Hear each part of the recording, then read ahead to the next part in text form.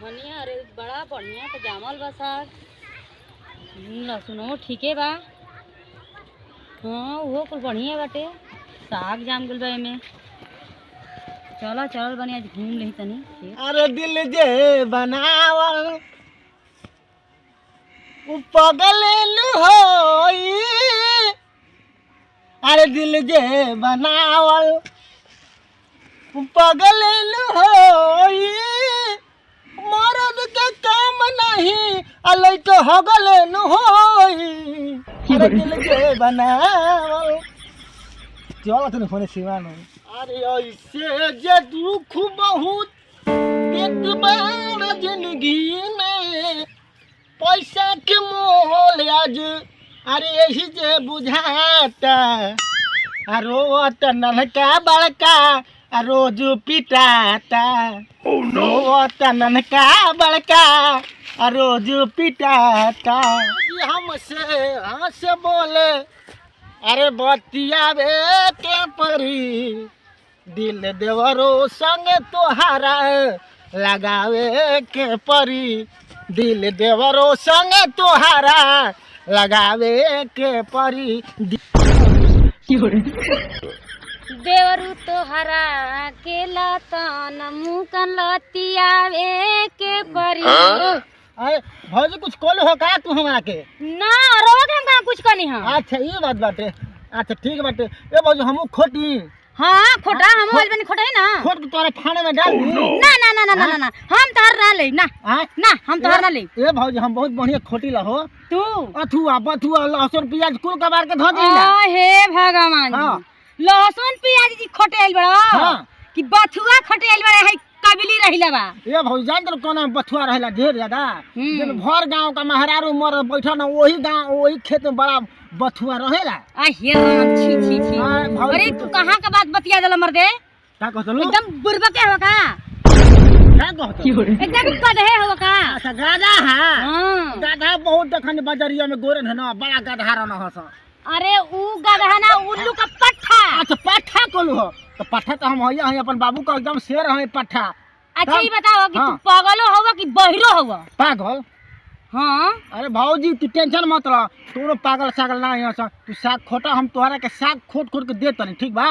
करका एकदम अनपढ़ गवारे होगा का? बाबा रे अरे ना हो तो हमके पागल बना देबे बेरा जाता। ए भाऊजी तू टेंशन मत ले तू कुल ठीक बा अपने बताई। चलो बैठा खोटल जा। ए भाऊजी अरे तोहरा के हम बहुते मानिला हो। हमारा के? हां चलो ठीक है ना हमहू तोहरा के मनबे ना करला। तक बहुते हम तोहरा के मानिला जान जा बहुते मानिला एकदम समझ जा। तब और कुछ सुनावा हालचाल घर का? ठीक बा तोहरा के देख हमारा गाना याद आ गइल एगो। तनी गा के हमरो के सुनाओ ना। सुनाई? हां अरे साचू को है तोरे आवन से हमरे। अरे साचू को है तोरे आवन से हमरे। अरे लाखों में एगो हमार भौजी। बड़ा भौजी बड़ा बढ़िया लगा। अरे लाखों में एगो हमार भौजी। अरे लक्ष्मी के सूरत ममता के मूरत लाखों में एक हमार भौजी। ए भौजी हां बड़ा बढ़िया लगा था। निक लागल ना? हां बहुत अच्छा। हां है कर ला।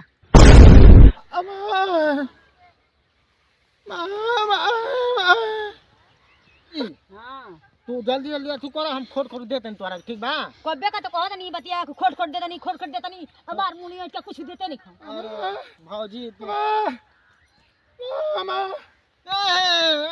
ए भौजी ई के हो? पता ना हमहू नहीं की जानो ना छोड़। हां ई का कहत ना तोहरा से हमर बियाह होल बा ना ये कहत ना हम जान के भौजी। हां हमार मेहरारू तोरा बुझाई ना तोरा। हां हमार मेहरारू है। हां हां तोरे है कुल ई तो कौन करे है भागे कहत ना। हां भागे कहत हो। अरे आज भर खोट लेता भाई अब गलती ना हो एक बार बस खोट रहे हो तो भैया अब ना हो चल। हां हां भाई चलो हो चलो चलो चलो ये गुंगा कहीं कहां गया? हां तब कहिए गुंगे अथु देखला से बुझा तो वही से आवता। हां हो के कहां ले देख से कितना बढ़िया है के मन कोइले लो। आओ जान तलो हाँ अरे गुमा के यानी कैसे बोलत रहल हो हाँ एकदम बदमाश लेखा लागत रहल हो हाँ आ देखो चोर चोर मारे लागल देखो हमारे कोई थप्पड़ मार दो हाँ, हाँ ई चलो तो भौजी कहो कि निकल के भाग गए नहीं जा हाँ भौजी चलो चल जाओ यही से सागवा भेजवा देनी हो हाँ घरे हाँ चलो हम भौजी तो कुल ले रही अरे ले ले दलाल लागत रहा हमके बुझाते कि भुलवावत रहा कि हमारा के दे दिया सका हाँ, ओकरा बड़ा- खेत हमके ना लागत कैसे बोलत रहल और जन दूसरा के देखभाल करे वाला हो जान तो गूंगा बहर बहुत बदमाश हो आ चोर चाहे नहीं लागत अरे रहल चल चल चल आओ आओ हो कौन है ना